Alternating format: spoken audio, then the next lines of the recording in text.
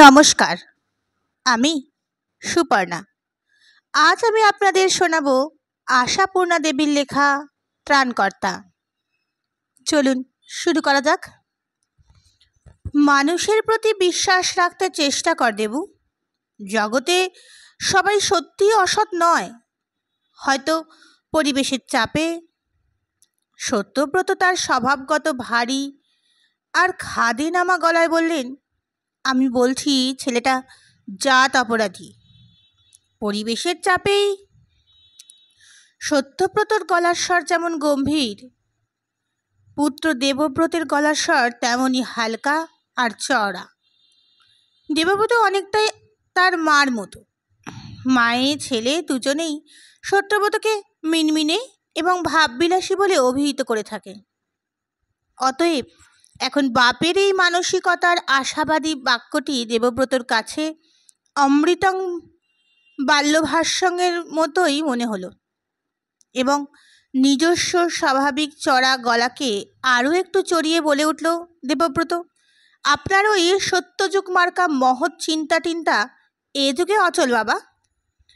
পাজিটাকে থানায় জমা দিয়ে তবে আমার কাজ। বিশ্বাস, মানুষের প্রতি বিশ্বাস রাখার চেষ্টা করতে হবে। কোথায় আছেন আপনি এখনো? কোনো স্বর্গীয় স্বপ্নলোকে বাস করছেন? সত্যব্রত একটু হাসলেন, বললেন, হয়তো মূর্খের স্বর্গেই। তবু স্বর্গসুখটা তো লাভের খাতায় জমা পড়ছে। অগাধ অনন্ত নরকের থেকে এমন কি খারাপ? দেবব্রত আরও চড়ল, বলে উঠল, আমি বলি খুব খারাপ। একটা মিথ্যা রঙের রঙিন চশমা পরে সংসারটাকে দেখে সন্তোষ পাওয়া খুব বোকামিই নয়, মিথ্যাচারও। আপনি কি বলতে চান আজকের পৃথিবীতে আপনি সব মানুষকে বিশ্বাস করেন? সত্যব্রত আবার হাসলেন, বললেন, করি। এমন কথা বলতে পারবো না, তবে বিশ্বাস রাখার চেষ্টা করি।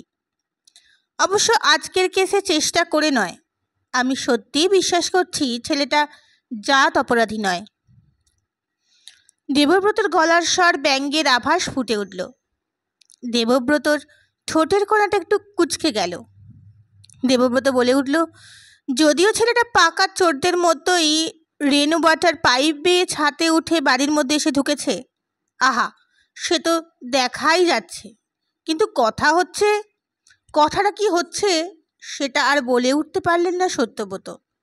রান্নাঘরের দিক থেকে চলে এসেছিল নিহার কণা।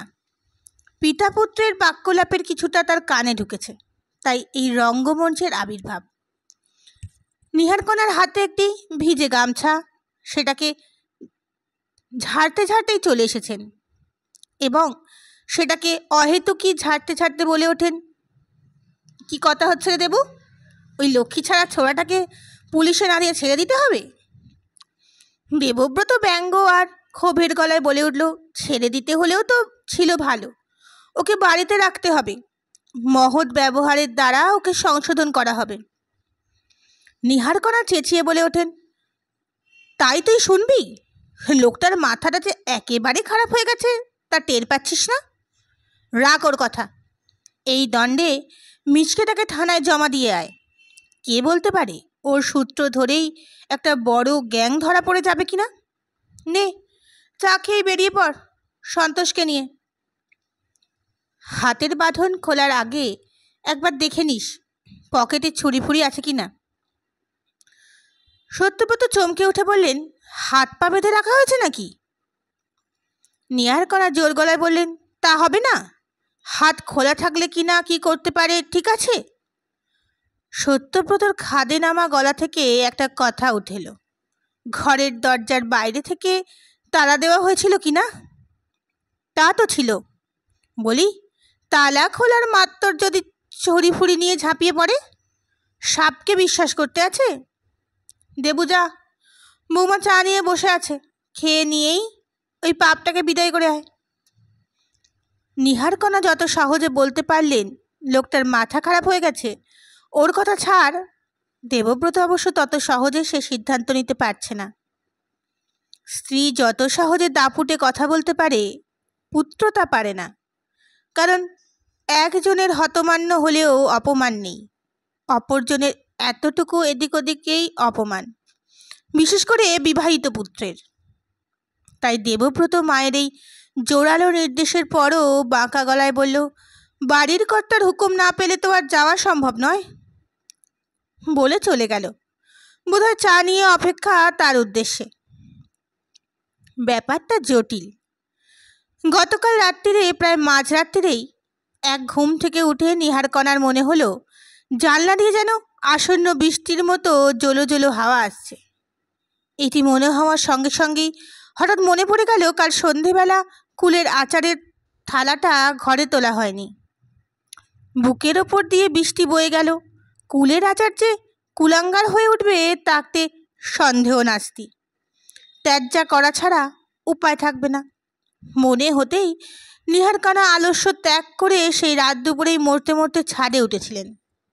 সিঁড়ির দরজা ভিতর থেকে ছিটকিনি দেওয়া থাকে, সেটা হঠাৎ করে খুলে ফেলে যেই না দরজা হাট করেছেন, স্পষ্ট দেখতে পেলেন চোখের সামনে থেকে কে যেন এক ফস করে সরে গেল। নিহারকণা এমন ভীতু নন যে ভূতে আস ভাববেন। অতএব ফট করে ছাদের সামনে আলোর সুইচ অন করে চেঁচিয়ে উঠলেন, কে রে, কে ওখানে? ওখানে যে সে অবশ্য সরে এসে বলে উঠল না আমি। নিহারকণা তাই পরিত্রাহী চিৎকার করে উঠলেন, চোর চোর। অতএব আশেপাশের বাতায়ন খুলি যায় ঘরে ঘরে, ঘুম ভাঙিয়ে আঁকি ফুটি থরে থরে। আর এদিক বাড়ির সবাই হন্তদন্ত হয়ে ছাদে উঠে এসেছে। প্রত্যেকের হাতেই কিছু না কিছু হাতিয়ার, কর্তার ছেলের, বৌমার এবং ভিত্ত সন্তোষের। বেচারি চোরটার আর পালাবার উপায় রইল না, হাতে হাতে ধরা পড়ল। বছর 12-13 একটা কাঁচা খোঁচা চেহারার হ্যাংলা মার্কা ছেলে, পরনে একটা সুতো ঝুলে পড়া হাফ প্যান্ট আর গায়ে একটা পিঠ ছেঁড়া গেঞ্জি। সন্তোষ তার হাত ধরে হিড়হিড় করে টেনে এনে আলোর মুখোমুখি দাঁড় করালো। আর সেই সময় সকলেরই মনে হলো মুখটা যেন চেনা চেনা লাগছে। কে তুই? ছেলেটা ঘাড় গুজে সন্তোষের বর্জ্যমূর্তি থেকে নিজেকে ছাড়িয়ে নেবার চেষ্টা করতে করতে বলল, কেউ না, কেউ না, বেটা পাজি শয়তান, বল কে? বলানো অবশ্য গেল না, তবে নিহারকণার তীক্ষ্ণ অনুসন্ধান দৃষ্টির প্রশ্নের উত্তরটাই আবিষ্কার করে ফেলল। নিহারকণা চাঁটা ছোলা গলায় প্রশ্নটা রাতের আকাশকে বিদীর্ণ করে ঠিকরে উঠল, তুই পারুলের ছেলে কানাই না? ছেলেটা ঘাড় গুঁজে থেকেই এবং হাত ছাড়াবার চেষ্টা করতে করতে কিছুক্ষণ পরিচয়টা অস্বীকার করার চেষ্টা করল। পারুলকে তা কস্মিন কালেও জানে না। বলল, তারপরই হঠাৎ কেঁদে ফেলে গর্জন করে উঠল, হাতটা ভেঙে দেবে নাকি? ছেড়ে দাও বলছি। সত্যব্রত বললেন, ছেড়ে দাও সন্তোষ, ওই প্যাকাটির মতো হাড় ভেঙে যেতেও পারে। সন্তোষকে অতএব ছাড়তেই হলো। ছেলেটা হাতটার ফু দিতে দিতে বলে উঠল, উফ, এমন মোচড় দেবে যেন ইস্করূপের প্যাঁচ মারছে, আঙুল না সারাশি। না, এ ছেলে পারুলের ছেলে কানাই না হয়ে যায় না। কথার ভঙ্গি সঠিক চিনিয়ে দিয়েছে। পারুল একদা এ সংসারের বাসন মাজুনি ছিল। কানাই নামের বছর 2.5-3 ছেলেটাকে নিয়ে কাজ করতে আসতো এবং ছেলেটার হাত ধরিয়ে দেওয়া বাসি রুটি অথবা শুকনো পাউরুটির টুকরো শেষ হওয়া মাত্রই এমন চেঁচাতে শুরু করতো যে সত্যব্রত হাতের খবরে খানা রেখে বিপন্ন গলায় বলতেন, ওরে বাবা, এ কানাই না সানাই, তো ওকে কিছু দাও না। নিহারকণা রেগে বলতো, আশা মাত্রই দেওয়া হয়েছে।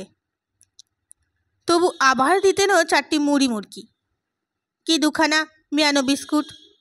না দিয়ে উপায় কি? ছেলের চেঁচানির জ্বালায় যদি কাজ অসমাপ্ত রেখে চলে যেতে বাধ্য হয় পারুল। ভারী পেয়ারের লোক পারুল নিহারকণার, যেমন পরিষ্কার কাজ তেমন নম্র ব্যবহার। যত বেশি কাজে পড়ুক কখনো বেজার হতে জানত না। নিহারকণা বলতেন, তার ছেলে আর একটু বড় হলে স্কুলে ভর্তি করে দেব পারুল, চেঁচানি কমবে। তা বড় হয়ে চেঁচানি ক্রমশ কমেছিল, তবে স্কুলে ভর্তি করে নয়। স্কুলের নামে কানাই শত হস্ত দূর। সেই ভয়ঙ্করের হাত এড়াতেই কানাই গেরস্তর কাজ করে বসত টেনে টেনে। দাদুর জুতো জোড়া কি ধুলো ধুস্তুস্তি, বাড়িতে কি একটুখানি বুরুষ নাই? খুঁজে পেতে বুরুষ এনে ঝাড়তে বসত। খবরের কাগজগুলো সিঁড়িতে ডাঁই করে কে রাখে? দেখতে বিচ্ছিরি লাগে না? বসে বসে দোস্ত করে কাগজগুলো পাট করে থাক দিয়ে সাজিয়ে রাখত সিঁড়ির জানলায়। চটজলদি কাজও করত। ওরে পাস, এখানে জল ফেলে ঢেউ দিয়েছে কে? মানুষের আছাড় খেতে খুব মজা হবে কেমন? কোথা থেকে একটা নেতার টুকরো জোগাড় করে মুছতে বসত। তো এই ছেলেকে কে স্কুলে পাঠাতে যাবে? ক্রমেই বালক ভিত্তের পোস্টটা প্রায় পেয়েই যাচ্ছিল। তখনও এ সংসারে সন্তোষের আবির্ভাব ঘটেনি। আবির্ভাব হয়নি বৌমারও। বড় আরামেই দিন যাচ্ছিল নিহারকণার। কিন্তু এমনই কপালের ফের নিহারকণার, ভরন্ত বয়সে জলজান্ত পারুলটা কিনা একদিন ভেদ বমি হয়ে মরে গেল। নিহারকণার কপালে করাঘাত করে লোকের কাছে আক্ষেপ করতে লাগলেন, বাসন মাজুনি, কাপড় কাচুনি কাজের লোক ছেড়ে যায়নি, মরে যায় এমন শুনেছ কখনো? মনে মনে ভাবতুম এবার ওর মাইনেটা একটু বাড়িয়ে দেব। তা বেচারি পারুল তার স্নেহময়ী মণিবাণীর মনের এই শুভ বাসনাটির খবর না জেনেই চলে গেল। নিহারকণার চোখে সর্ষে ফুলের ক্ষেত। কানাইয়ের মা মরা পিসি এসে নিয়ে গেল। তখন কানাইয়ের বছর 7 বয়স। এতদিন পরে সেই কানাই কাঠগড়ায় দাঁড়িয়ে, প্রবল জেরার মুখে। চোর হয়ে উঠেছিস পাজি, আর এই বাড়িতেই চুরি করতে ঢুকেছিস? নেমো খারাম পাজি। পাজিটার জোর গলায় প্রতিবাদ। কখনো সে চুরি করতে ঢোকেনি। শুধু কি শুধু বল বল শুধু শয়তু কে? ওরা বলল, তুই এ বাড়ির সন্ধান সুলুক জানিস? কোন প্রকারে বাড়ির মধ্যে ঢুকে পড়ে দুয়ারটা খুলে দে, তাহলে 5টা টাকা পাবি। খুব শিক্ষে হয়েছে। টাকা তো জুটবে কাঁচকলা, লাভের মধ্যে হাতখানাই গেল। এহেন বাক্যে বলির পর ছোড়াটা যে চর চাপ্পড় গাঁটটা খাবে না এমন তো হতে পারে না, বিশেষত যেখানে দেবু এবং সন্তোষ উপস্থিত। বেশ মোক্ষম মোক্ষম থাপ্পড়েই পড়েছে, এবং তার সঙ্গে পুলিশে দেবার শাসানি। প্রহারের বহর দেখে সত্যব্রত না বলে পারেননি, এখানেই যদি হতভাগে ফিনিশ করা হয় দেবু, তো কাকে আর পুলিশে দেবে? আইন নিজের হাতে তুলে নেওয়ার একটা অপরাধ, জানো তো? পুলিশ যদি ওর গায়ে মারের দাগ দেখে, হয়তো আমাদেরও ধরে চালান করে দিতে পারে। পুলিশের ভয়ে না হোক, বাবার প্রতিবাদে বিরক্ত হয়ে প্রহার ছেড়ে দিয়েছিল দেবু, অগত্যা সন্তোষও। এবং তখনই নিহারকণার নির্দেশ দিয়েছিলেন, নেমো খারামটাকে এখন সিঁড়ির নিচে কয়লার ঘরের তালা বন্ধ করে রেখে দে দেবু, সকালে পুলিশ দিয়ে আসবি। তখন পাপিষ্ঠ কানাই সতেজ প্রতিবাদ করে উঠেছিল, পুলিশে কেন? আমি তোমার কিচ্ছু চুরি করেছি? এমন সময় সত্যব্রত বলে উঠেছে, চুরি না করেছিস, চুরি সাহায্য করেছিস কি না? দরজা খুলে দেওয়ার মানে কি জানিস না? মানে ছি, 5টা মাত্র টাকার লোকে তুই। কানাইয়ের তেজের আগুনে জল পড়ে গিয়েছিল, আর সেই জলের কয়েক ফোঁটা তার চোখ দিয়ে ঝরে পড়েছিল। 5টা মাত্র টাকা, আহা, 3 দিন পেটে দানা না পড়লে বুঝতে ঠেলা। নিহারকণা কড়া গলায় বলেছিল, দেখেছ আসপদ্দা, বলি পেটে 3 দিন দানা পড়ে নাই বা কেন? তোর বাপটা মরেছে নাকি? তা এক প্রকার মরেইছে। কোথা থেকে একখানা খানদানি নিয়ে এসে সংসারের প্রতিষ্ঠা করেছে। নিজের হাড়ির হাল তো আগের পক্ষের ছেলে। ও কথার জাহাজ। বলি বয়স তো হয়েছে, কাজকর্ম করিস না কেন কিছু? কানাই অবজ্ঞাভাবে বলেছিল, ও কাজ, দেশ শুধু সবাই আমার জন্য কাজ নিয়ে বসে আছে, দেও না একখানা কাজ জুটিয়ে, দেখি কত বাহাদুর। এই বাচালতা আর যার হোক নিহারকণার বৌমার সহ্য হয় না। সেই এই জটলাকে উদ্দেশ্য করে অথবা আত্মগতভাবেই বলে উঠল, সারা রাত ধরে এই মুক্তাঙ্গন নাটক চলবে নাকি? আমার আর ধৈর্য নেই বাবা, শুতে যাচ্ছি বলে হাই তুলে নেমে যায়। পরক্ষণেই নাটকে জবনিকা পড়ে যায়। দেবু সন্তোষের সাহায্যে তড়িঘড়ি ছেলেটাকে সিঁড়ির তলায় সে ঘরটায় ঢুকিয়ে দিয়ে তালা বন্ধ করে দিয়ে আসে। যে ঘরটায় একদা কয়লা ঘর থাকতো বলে এখন কয়লা ঘর নামেই চিহ্নিত। ঘরটায় এখন কি আছে, কি নেই? কয়লা বাদে সবই আছে, অর্থাৎ সংসারের যাবতীয় ফালতু মাল, যেসব জিনিস কোনো কালেও কাজে লাগবে না, অথচ কোনো কালেও প্রাণে ধরে ফেলা হবে না। তবে ঘরটার সব থেকে যেটা বেশি আছে সেটা হচ্ছে আরশোলা। সত্যব্রত একবার ক্ষীণ স্বরে বলেছিল, আরশোলায় রাতারাতি সাবার করে ফেলবে না তো ছেলেটাকে? দেবব্রত বলেছিল, তবে না হয় আপনার ঘরে দিয়ে আসি, শুতে দিন। বেহায়া সত্যব্রত এরপরও নিহারকণার কাছে আর্জি করেছিলেন। 3 দিন খায়নি কি বলেছিল, ঘরে কিছু নেইটেই। নিহারকণা ভস্ম করার দৃষ্টিতে তাকিয়ে বলেছিল, কি ওকে এখন পিঁড়ি পেতে বসিয়ে খাওয়াতে হবে? বলিহারে যাই, 3 দিন খায়নি সে কথা বিশ্বাস করলে তুমি? খালের ছলের অভাব আছে? এই হচ্ছে গত রাত্রির ইতিহাস। আর সকালের ইতিহাস, সত্যব্রত তার পুত্রের কাছে ইচ্ছা প্রকাশ করেছেন কানাইকে থানা পুলিশ না করে পূর্বকালের মতো ভাই ফরমাসের কাজেই লাগিয়ে দেওয়া হোক। দেবব্রত চড়া গলায় নিরহ উক্তি, কি দেখবেন কোনো একদিন ওর সেই গ্যাংকে ডেকে এনে বাড়ি শুদ্ধ খতম করে দিল কিনা। আর সন্তোষ ঝেড়ে জবাব দিল, ওটাকে রাখলে আমায় ছাড়তে হবে দাদাবাবু, শেষে ওর অপকর্মে চোরের দায়ে পড়ে মরব।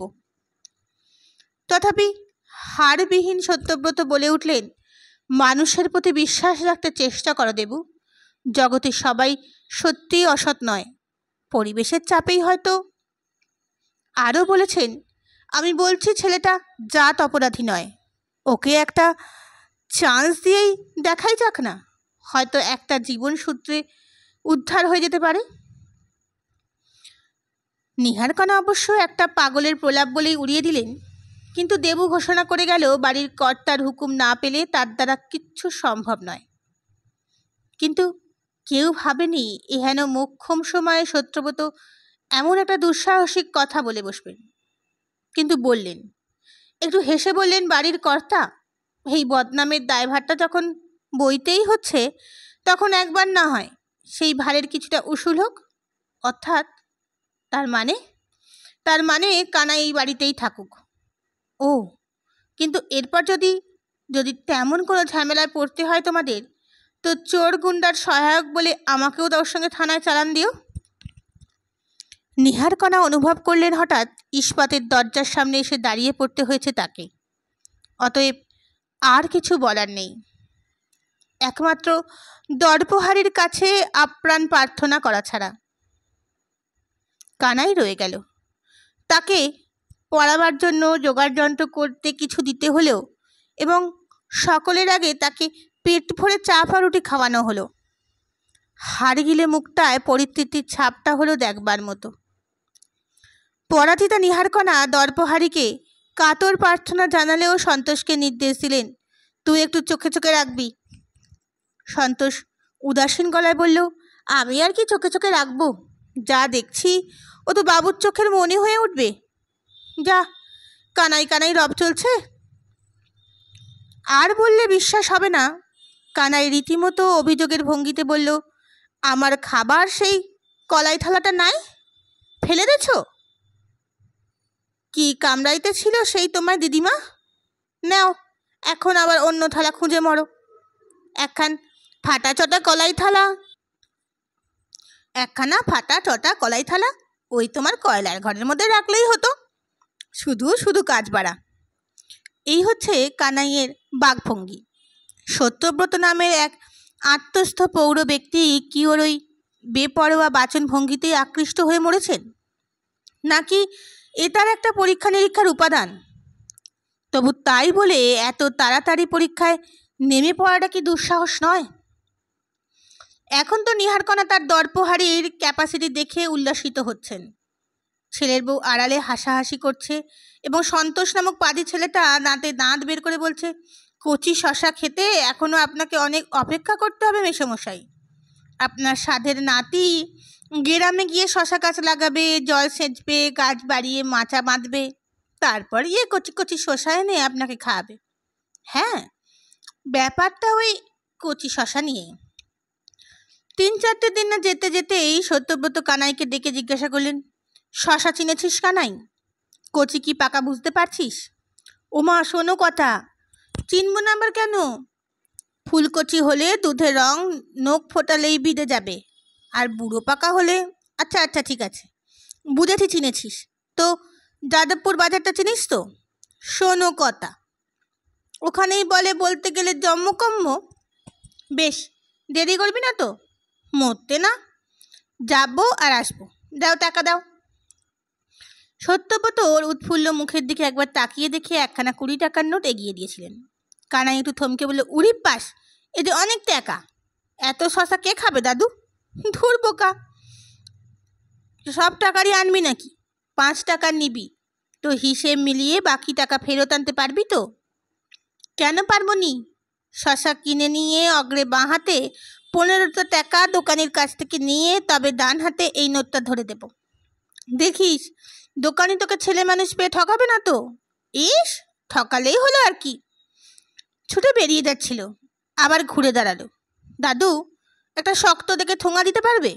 দোকানিরা যা বিচ্ছিরি ঠোঙা দেয়, মাছ পথেই হয়তো ছিঁড়ে ছড়তে যাবে। সত্যব্রত বলেছিলেন, সেরেছে, ঠোঙা আবার কোথায় পাবো আমি? তারপরেই সদ্য আসা একখানা বিদেশি ম্যাগাজিনের মোটা ব্রাউন খামটা খুলে কানাইয়ের হাতে দিয়ে বলেছিলেন। পরক্ষণেই কানাই হাওয়া। বলা বাহুল্য, এই নাটকীয় দৃশ্যটা নীহারকণার অগোচরে থাকেনি। ওত পেতেই বসেছিলেন তিনি। ছেলেটা ছুটে বেরিয়ে যাবার পর শান্ত গলায় বললেন, হঠাৎ কচি শশা খাবার এত ইচ্ছে হলো যে? সত্যব্রত হেসে বললেন, এমনি মনে হলো শশা দিয়ে মুড়ি খেলে মন্দ হয় না, তাই 5 টাকার শশা। আহা, আমি কি আর একা খাবো? সবাই খাবো। 5 টাকার অনেক হবে নাকি? নীহারকণা অগ্রাহ্যের গলায় বলেছিলেন, সবাই খেলে এমন কিছু না, তো সন্তোষ আনতে পারতো না? পারবে না কেন?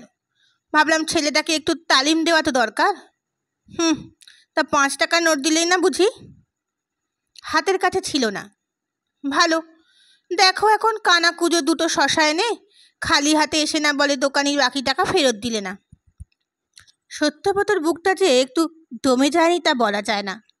ছেলেটা যেরকম তীর বেগে ছুটে বেরিয়ে গেল, ব্যাস গেল তো গেলই। সকাল গেল, বিকেল গেল, রাত গেল, না শশা না কানাই। এর মধ্যে সন্তোষ বার 2-3 যাদবপুর বাজারের পুরো তল্লাটটা ঘুরে এসেছে এবং আহ্লাদে ভাসতে ভাসতে বুড়ো আঙুল নাড়তে নাড়তে বলেছে, কানাই বাবুর টিকিটাও দেখলাম না মাসিমা। এই 1.5 দিন ধরে সত্যব্রত এখন সংসারের একটা হাসির খোরাক হয়ে রয়েছেন, কিন্তু সেসব গায়ে মাখছেন না সত্যব্রত। শুধু ভাবছেন, এতটা হার হলো তার? একটি নিশ্চিত বিশ্বাসের এমন শোচনীয় অপমৃত্যু ঘটল। তবে মানতেই হবে, মস্ত একটা ভুলই করেছিলেন সত্যব্রত। আশ্চর্য, সামান্য 20টা টাকার লোভে একটা নিরাপদ আশ্রয়, একটা নিশ্চিন্ত অন্যের আশ্বাস, সব চলে গেল। এদের মূর্খ বলা হবে না অপরাধী বলতে হবে, নাকি এরা জাত অপরাধী? সত্যব্রতর বড় বেশি মুছড়ে পড়া ভাব দেখে দেবু আর বিদ্রুভাষ্য রঞ্জিত মুখে বাবাকে জ্ঞান দিতে আসতে কুণ্ঠিত হচ্ছে। শুধু নীহারকণা একবার বলে উঠছেন, আখের বুঝলি না মুখ পোড়া, 20 টাকা তোর কতদিন চলবে? রাম রাজত্ব করে খাচ্ছিলি, নাতির আদরে থাকছিলি। কানাই কাহিনী এখানেই সমাপ্ত হতে পারত, নতুনও কিছু না, এমন তো কতই হয়। কিন্তু জেট টানল সেই ব্রাউন পেপারের মোটা খামটা। একেই হয়তো বলে দৈবচক্র। না হলে গাড়ি চাপা পড়া রোগা হ্যাংলা ছেলেটাকে রাস্তায় যে লোকেরা কর্তব্যপরায়ণ হয়ে হাসপাতালে ভর্তি করে দিয়ে গিয়েছিল, তারা এত কর্তব্যপরায়ণ হলো যে ছেলেটার বুকে আঁকড়ানো ঠোঙাটা থেকে ছড়িয়ে পড়া 4টি ধুলো মাখা শশা কুড়িয়ে তুলে আবার ঠোঙায় ভরে সেটাকে হাসপাতালে জমা দিয়ে রেখে গেল। আবার হাসপাতাল কর্তৃপক্ষ এত এনার্জি হলো যে সেই খামটা থেকে নাম ঠিকানা পেয়ে সত্যব্রত সেন নামের লেখা লোকটাকে জানিয়ে দিলেন, দেখতে না চান তো চটপট চলে আসুন, আর বেশিক্ষণ নয়। এই সবই দৈবক্রম নয় তো? বেশিক্ষণ না হলেও ছিল কিছুক্ষণ। সত্যব্রত কাতরভাবে বললেন, যাদবপুরে বাজারে না গিয়ে ঢাকুরে এলি না কেন কানাই? কানাই কষ্টে উত্তর দিল, ওখানেতে তেমন কোটি শশা ছিল না দাদু, তো একটা লরি পার্টি। সত্যব্রত কি নিজের মাথায় নিজে মেরে একটা নাটকীয় দৃশ্যের অবতারণা করবেন? তা তো সম্ভব নয়। তাই শুধু স্তব্ধ হয়ে বসে থাকেন ওই মৃত্যুমলিন মুখটার দিকে তাকিয়ে। নিঃশ্বাসটা পড়ছে এখন, আর বেশিক্ষণ পড়বে না। বেদনায় বিদীর্ণ হচ্ছিল সত্যব্রত, তবু মুখে দেখা যেন একটি প্রশান্তির আলো।